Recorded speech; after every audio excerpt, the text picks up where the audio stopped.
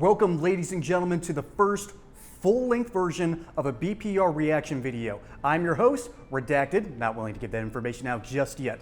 So for all you degenerates watching, this is what we have for you today. Liberal gays versus conservative gays. Finally, I want to make this very clear. I'm not done.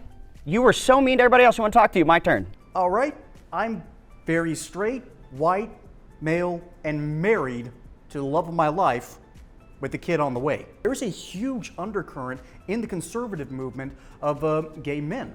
Really, the log cabin Republicans basically got Ronald Reagan elected, and Washington basically runs.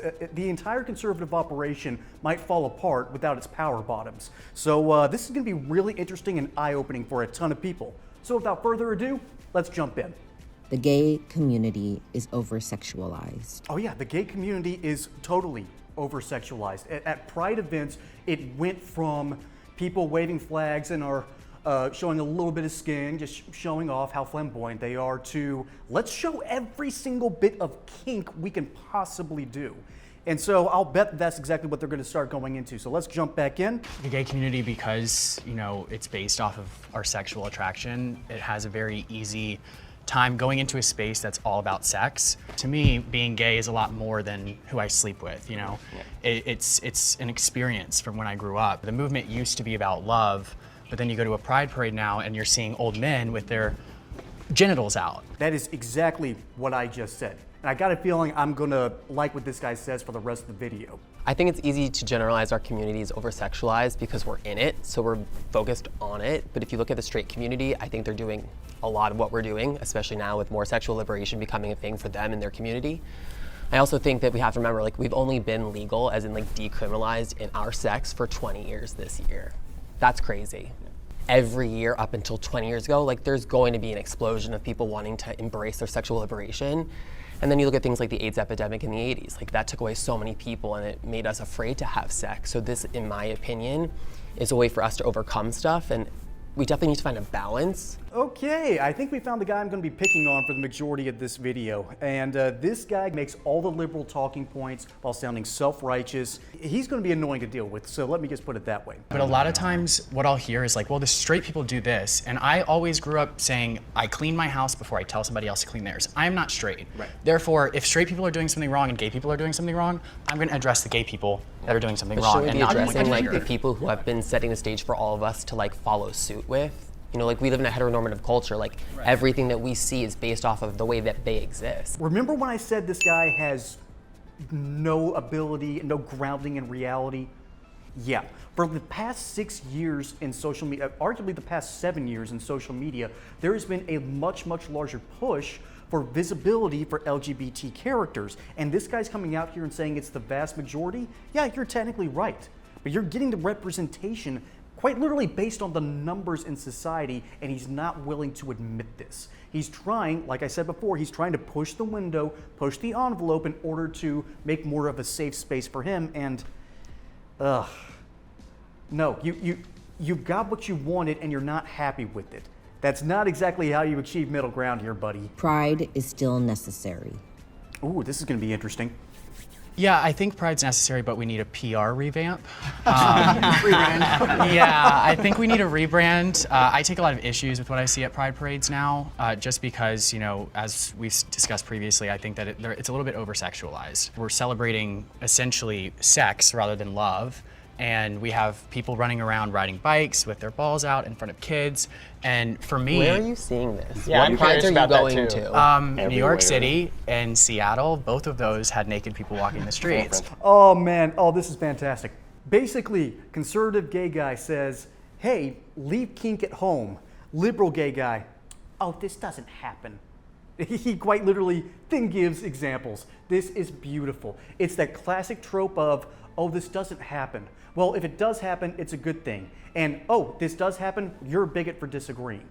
I imagine having the guts to call another gay guy when you're gay yourself a bigot, which is basically what this 14, you know what? I gotta come up with a name for this guy. How about toxic white female? There we go. I think that's the best way to put it. This is a toxic white female trying to tell all the other gay guys in this group to get in line. Oh, this is just getting juicy. This should be interesting. Yes, heels. Come I on. know. I'm alone on this one. But the reason I'm alone on this one is because I organized one of the most successful prides in my community in 2016. I invited groups that were outside the norm, like the NRA and the local GOP, including the Democrats. Because for me, it was important that this event reach the entire community more than just saying we are a sexual being. We wanted to educate the people. I was told I was never allowed to help them again because how dare I invite a hate group like the NRA when all I wanted to do was arm LGBT people and educate them on how to protect themselves. Unfathomably based. But the reality is what he's talking about is how he has organized events for different conservatives, and he has been kicked out of his own groups, his own safe spaces, because he wants to arm LGBT people so they can protect themselves in the case of actual violence happens. This is a man who's looking at the situation going, maybe the Second Amendment isn't a bad thing. And this is what happens when black people arm themselves and then go to the gun range. All of a sudden, they're the celebrities because all the older white guys that are there shooting realize that this guy understands what the Second Amendment is about, and he's welcomed with open arms. You see this here playing out in the LGBT community, and what do? They get angry anytime you push a different narrative. So I don't know quite where I stand when it comes to whether pride's still necessary, but this older guy is basically making the point that you need to start going beyond sexuality and start talking about reality. I live in a very, very red community. Okay, Mike Garcia is my representative. Santa Clarita? Yeah, Santa Me Santa too. Clarita. But I dress like this to galas, big government galas, realtor galas. No one has said anything to me, and in fact, all I get is positive affirmation that, hey, you're living your best life. And I say it's not really necessary because I can walk down my street in heels and braids. In and California. Yeah, you are so privileged in that way. I'm Yeah. so In happy for you. Republican-controlled California, A recent yes. poll of Californians found that 35% of Californians feel that homosexuality should be discouraged. I've done this so great in for you that you're Michigan. in an LA I've done this suburb. in Michigan. I've done this in Tennessee. I've done this in Missouri. And you I've walk done around this like this in all those states? Yes, I have. I will say that Yes, I Santa have. Clarita And I have had is slightly absolutely red. no It's not issues. Oh boy, this gets even spicier. So this guy apparently has been in one of the few GOP enclaves that are left in California, and he's basically telling everyone that he's accepted there, and everyone on the liberal side is now really, really mad and calling him privileged because he's basically evangelizing to the straights. He's evangelizing to the straights, and he's been accepted, and they hate that. Oh, this is beautiful. Drag shows are too sexual for minors. Love a good drag show. I frequent them all the time. Most of them are not appropriate for children. Most of them, not all, but most of them. There are instances that are circulating on social media that represent a small minority of drag shows where kids are present and then it's over-sexualized, people pleasuring themselves, wearing outfits that are representative of genitalia. For that reason, I would say that drag typically is not appropriate for children. He is 100% right. Drag shows aren't for kids.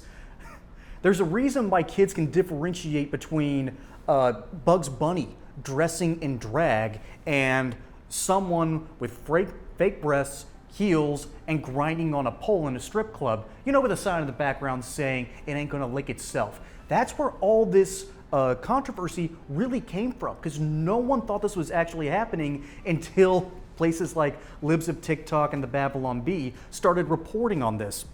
And so, of course, you have a toxic white chick in the background reacting violently to anything that Clarkson's trying to say here, because he has to fight against it. Because if he doesn't fight against it, he's not pushing his own narrative into the center, and you know, that's less progress. But the reality is, it's happening, it's not smart for kids, and there's also a reason why certain things get banned from elementary school libraries. It is okay to have some standards for children who aren't even reaching puberty yet. Come on. LGBTQ topics should be taught in school. I think this is now the million-dollar question, and this is going to be interesting when a bunch of people who don't have kids are about to talk about what is appropriate to teach kids. So let's just see how this one plays out. I don't think that it is the government's place to teach my future child about sexuality. Now, hear me out. This is why it's a gray area. When teachers open the discussion to young children about sexuality and inherent sexual attraction, it puts them in a position where they could step on the toes of parents. And that's what I don't agree with. And boom! That is the whole crux of the argument when it comes to what should and shouldn't be taught in schools. This isn't up to just the government. This has to do with parents. And of course, Clarkson in this video has already admitted to being kid conscious, and that's a little bit of a blind spot for everyone else. So when it comes to this issue, it's not about what should be taught about the spectrum of sexuality and what sexual experiences are like.